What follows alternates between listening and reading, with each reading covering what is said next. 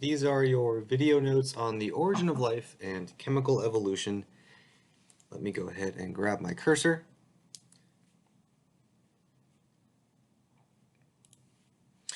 So from Darwin's perspective and his idea and theory of natural selection to explain evolution is not, to start off, is not a mechanism for how life gets started.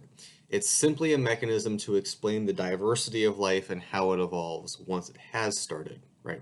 So Darwin never intended or was trying to explain how life started, but rather how it diversified after it started. And we really had to wait for a lot of technological developments and a lot of advancements in chemistry and biochemistry before we could really start to answer the question of how life starts. And this is an active area of research. A lot of the people that we're going to talk about today are from dating all the way back to the early 1900s. But this is kind of a very active, ongoing field. It is a kind of subfield of chemistry. So if you are interested in what's called chemical evolution, you're really a biochemist. So you'd have to kind of master both bio and chemistry and basically apply that in a lab field, a lab setting or field setting. So what we're going to talk about is biochemical evolution. It is a subfield of organic chemistry that studies how life might have begun on Earth. Again, very active and ongoing, and we have yet to be able to recreate life in a lab as of now, but perhaps in the coming decades, perhaps even you might play a role in us finally being able to do that. But what this does mean is that living things arose from non-living material. The very first cells must have had to, simply by deduction, must have had to arise from previously non-living material. Remember that at least on this planet, which is about 4.5, 4.6 billion years old, we had a good chunk of time, about a billion years before we started getting discoverable fossil evidence of bacteria in the form of what are called stromatolites, which a billion years is quite a lot of time for this process to happen. So that's what we mean by over deep evolutionary time. Also note that this is a different idea, a different concept from spontaneous generation. Remember, spontaneous generation was this idea that you could get mice from packets and storages of grain in 3 weeks' time, right? So we're not saying that you can get like inert non-living things kind of pop into living things overnight. This is very, very slow progression of carbon and hydrogen and oxygen and nitrogens and phosphoruses and sulfurs, giving rise to very, very small cells, basically precursors to bacteria over a billion plus years. And this is what's called biochemical evolution, and that's what we're going to talk about here. So first scientist here is Oparin. He does show up on the SOLs back in the early 1900s. He was proposing a mechanism for the first organic compounds. Remember that organic compounds are our macromolecules, right? Proteins, lipids, nucleic acids, carbohydrates, right? So his postulation is called the primordial soup reducing atmosphere, or a reducing environment, basically saying that early Earth had an excess of negative charges that could essentially run chemical reactions. You don't need to know the details of it or the chemistry of it.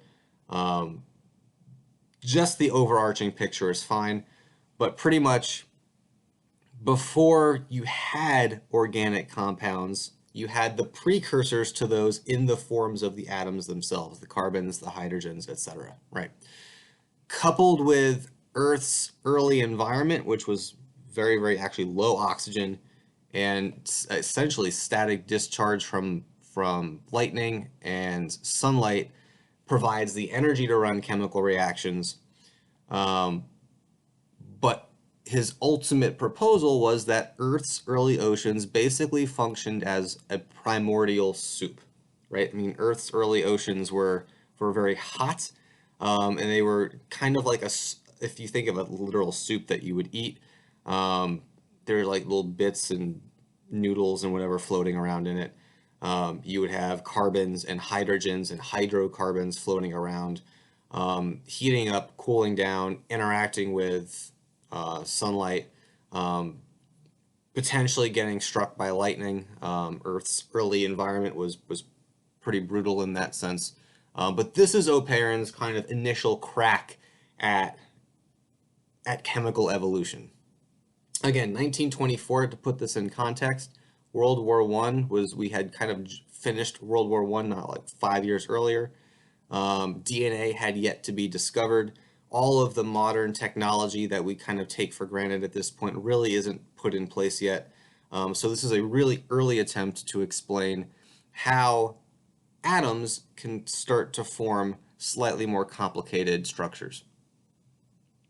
This brings us to Miller and Urey, which I'm sure you've probably heard about in the 1950s, the mid 1900s. And they were actually able to recreate some of these things in a lab setting, and give us kind of the first concrete evidence as to how this was done. So this is called the Miller-Urey experiment, and they, in part, were able to recreate Earth's early atmosphere by adding methane, ammonia, hydrogen, and water. And if you look at the atoms that make those up, it's just carbons and hydrogens, nitrogen, and oxygen. These are gases proposed to be in Earth's early atmosphere. They're the gases that kind of logically make sense in the evolution of planets, and are pretty straightforward and simple gases. They're not too terribly complicated in their own right. But when they were exposed to an electric current, which was simulating lightning, and I'll show you the picture here in a second, after about a week, which is pretty darn quick, a small portion of the carbon from methane had rearranged spontaneously, so without any kind of deliberate tinkering. This is spontaneously, like on its own, with the input of energy, into organic compounds, the kind of compounds that we know at least life on this planet demands and uses in its everyday existence, right? So basically, the bonds formed between carbon and hydrogen were broken in methane and were kind of reformed, not all of them, but some of them with nitrogens, and some of them, at least even now, with phosphorus and sulfurs. So this is first early evidence that life could have naturally arisen via a completely spontaneous kind of biochemical evolution. In other words, inorganic, non-living material can give rise to organic, living things. It is not impossible. It had to happen on this planet at least once, and this experiment showed how it was feasible for this to happen. And this is why you've probably heard of Miller-Urey before. It's a famous study. It's been replicated before. We were even able to make amino acids, which are the precursors to proteins, the building blocks of proteins. Again, inorganic, non-living material giving rise to organic, living material. That's the precursor for cells. So here's just a kind of overview. This is a round bottom flask that they had heated. Inside this flask was water, but also the gases, the dissolved gases proposed on the earlier slide. Basically, when this water heats up, it rises, it gets less dense, it simulates cloud formation in this ascending tube up top. It is exposed to a literal shock of electricity. That's why you have a power supply attached to this. This is your main energy source.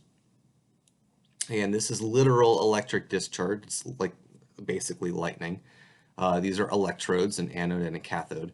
And then as this gas cools, it sinks, it gets more dense, it condenses in this column and pools up in this collecting trap. It's in this collecting trap that they were able to identify the precursors to living things. that we know living things use. So amino acids, hydrocarbons, carbons bonded to nitrogens, right? The backbone of a lot of these organic molecules, right? And this collecting trap would actually turn like a dark blue black color, um, indicating that something was happening in this chemical. This is a chemical reaction that was not initially in this first round bottom flask. So this is kind of an overview of this experiment. It does show up on the SOL occasionally, so we do talk about it, and it is actually incredibly important to getting life started and our understanding of it. So also in the 1950s, we started turning our attention to the first cells, right? How can you get these small organic compounds surrounded by something looking like a cell membrane? And this is where Fox and Haruta proposed a protocell model. And basically a protocell is a sphere of lipids, right? And you can kind of do this at home. You don't have to have any fancy technology, but remember that a lipid, or a phospholipid at least, is a phosphate group with a positive charge. And then you have your, a negative charge. And then you have your fatty acid tails that are neutral.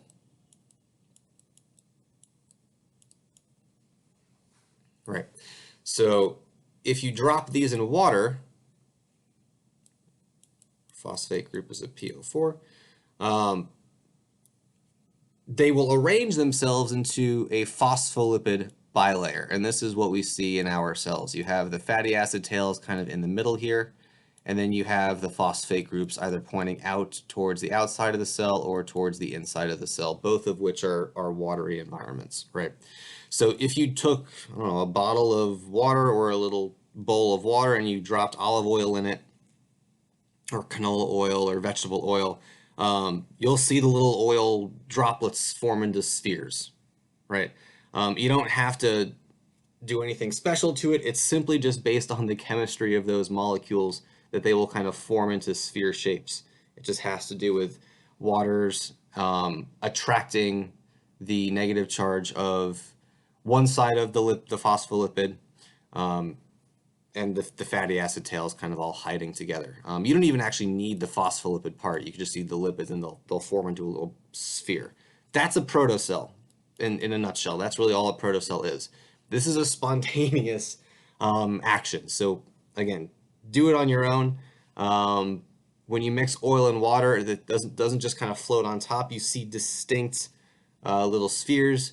If those little spheres of lipids contain something like an RNA molecule, which is a simple kind of hereditary precursor to DNA evolutionarily, you are possibly on your way to making what's called a protocell, or a cell that could copy some portion of its interior and divide, either using cellular machinery or just friction and moving around the actual molecule and having it split in half. It's not too hard to break these little balls of lipids. So you don't need to know the details of microspheres. I'll show you a picture here in a second. But again, the point is, the overarching point is that all it takes is for some of these components, some of these compounds to get surrounded by a lipid, which there was not a shortage of, and you have a precursor to a cell called a protocell or a microsphere, right? And remember that yes, the cell theory is that all cells come from pre-existing cells, but obviously there's an exception for the first cells. And we know that once the first cells were able to form and replicate, then that's kind of where the cell theory kicks in, and that all cells are derived, at least on this planet, from those original cells. So again, you don't have to know the details, but here's just a visual of protocell growth and development. So you have your lipid membrane forming around RNA. Remember, RNA is basically a simple version of DNA. I'll talk about this in just a second. It can catalyze its own development, which is why RNA is being used here rather than DNA. But essentially, I mean, this is all it is. It's the simplest kind of cell you could imagine. You have RNA in the middle, you have a sphere of lipids around it. Simple agitation can cause this thing to split in half. And if each of those has a copy of the original RNA, which again can catalyze itself, because we know that's what RNA can do. It's not only a hereditary molecule, it holds nucleotides and genetic information, but it can also catalyze reactions, right? Think about ribosomes, which are made of ribosomal RNA. But that's it. This is a protocell, and this is the proposed mechanism for how potentially Earth's first cells got going. Rich and Gilbert, 60s and 80s. So this is the RNA world hypothesis. The RNA world hypothesis is the idea that the first self-replicating molecule on Earth was RNA. And again, that's because RNA can catalyze itself. Right, so ribosomes and rRNA. These are basically just large enzymes, if you want to think of it like that. And they are made of RNA. Since then, DNA took over. And we think DNA took over because it's a more stable molecule. It's harder to denature, it's harder to break apart. It has increased reliability of retaining information and not mutating and things like that. It also forms more complicated DNA protein structures, like your chromosomes are actually histone proteins wrapped by DNA. So, but initially, RNA was most likely to be the original molecule to store genetic information. I think this is my last slide. So Lynn Margulis, 1960s, the origin of eukaryotic cells. So originally we didn't really know how eukaryotic structures, these complicated multi-organelle cells, got to be that way. But she proposed, specifically at least for the mitochondria and chloroplasts, that they were evolutionarily their own bacteria. Now they're not. Now they've incorporated into our cells, and they wouldn't be considered bacteria anymore. But the ancestors of chloroplasts and mitochondria were in fact prokaryotic cells.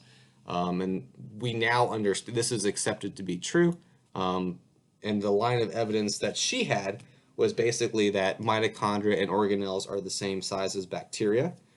Mitochondria and chloroplasts divide on their own via binary fission, which is the same process that prokaryotes use to divide.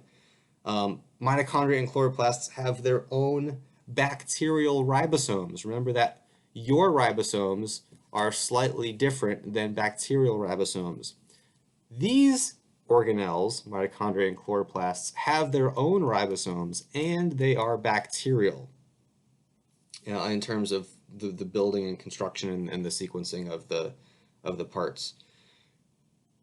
They also have circular DNA. They have their own DNA, and it's circular. All of this is something you see in bacteria, which in and of itself is overwhelming. But since the 60s, we've been able to sequence the genomes in mitochondria and chloroplasts, and it is, in fact, directly descended from bacterial DNA. And actually, when we use a service like 23andMe, we use mitochondrial DNA in part to help trace lineage. And this is how they can figure out if you are European or African or Asian or etc.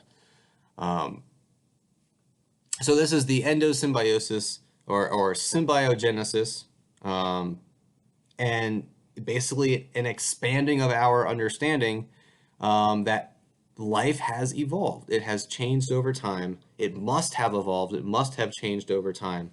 And this is kind of a peek into how that process worked in certain places. So again, I hope this helped. A lot of this is ongoing, so a lot of things or a lot of questions might not be conclusively answered at this point. But again, science is a non-ending iterative cycle of investigation and discovery, and who knows, maybe you'll be part of really any of these lines of inquiry. It's an active, exciting area of research, and hopefully you like chemistry because there will be quite a lot of it in this. So I will see you in class, and I hope this helped.